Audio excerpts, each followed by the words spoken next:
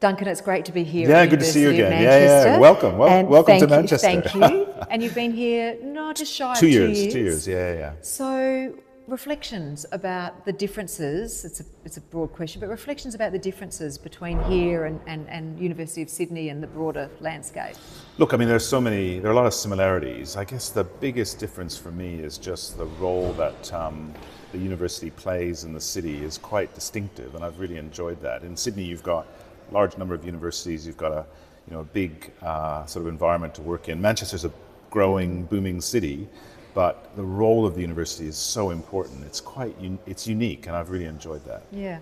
One of the big challenges I think that we're all facing in the conversations I've been having is around this broader issue of social licence and social cohesion, fragmentation in our populations, and of course that necessarily spills over into our institutions. How are you managing that in the context of Manchester University? And again, I'm really interested in your reflections because you go away for a couple of years, you can look back and see things differently. Yeah, I think the thing I've learned most in my time here in relation to the whole challenge of social cohesion is the convening power of the university. That's something that we've really thought hard about at Manchester. It's something that's really important to me. It's difficult to do that, I think, in Australia for various reasons. And I think what we try... But is it difficult for various reasons because we just don't try hard enough? Or is it because of our geographical, like it's a genuine difficulty? I think there are some, geographical instances, but I think what I've learned is you need to be much more intentional and purposeful about that than perhaps Australian universities have been. I think there's been a tendency in Australia, and I include myself in this, to think that universities almost have a kind of right to do it, whereas I think you've got to earn the right to be a convening institution. People have to trust you, to see you as a problem solver, to see you as someone who's trying to help solve a problem rather than saying you've got all the answers already and why aren't you listening to us? So I think that convening power, especially around social cohesion, has been really important. People see the University of Manchester as playing a really important role in the city, and part of that role is to be a place that's actually helping bring communities together rather than being part of the problem that drives communities apart. Manchester University is also very closely linked in relation to defence industry and defence research.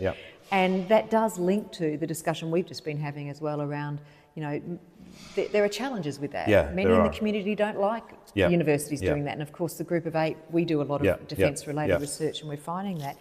Can you walk and chew gum? How do you do it? Yeah, you can. I mean, it's not to say there are intentions, but a couple of things. So one thing I was really wanting us to be clear about is that we do defence-related research. So we have a big public don't shy statement. Away from it. No, own it. Be transparent about it. Understand what you do and where the limits are. So we have a big public message on our website that you can click through, where we talk about the importance of defence-related research, that defence is a legitimate area of research. Of course, it's governed by academic freedom, so not everyone has to do it. We preserve the right of people to criticise, and our students protest about it sometimes. But this is a really important issue for the community. So I think when you own it and you're open and you're transparent and not try and avoid it, I think you're already in a better place. And of course, the world is changing. I mean, Ukraine, Iran, all the different conflicts around us, people are much more alert to the geopolitical shifts that are going on. And that is true even in Australia, but you get a greater sense of it when you're over this side of the world. Yeah, absolutely. That is a big change. You're much closer to it. You're much closer to the action. All right, I know you're busy and you've got a lot to do, but thank you very much for your time today. Really appreciate it. Good to see you, Vicki. Thanks, Duncan. Duncan.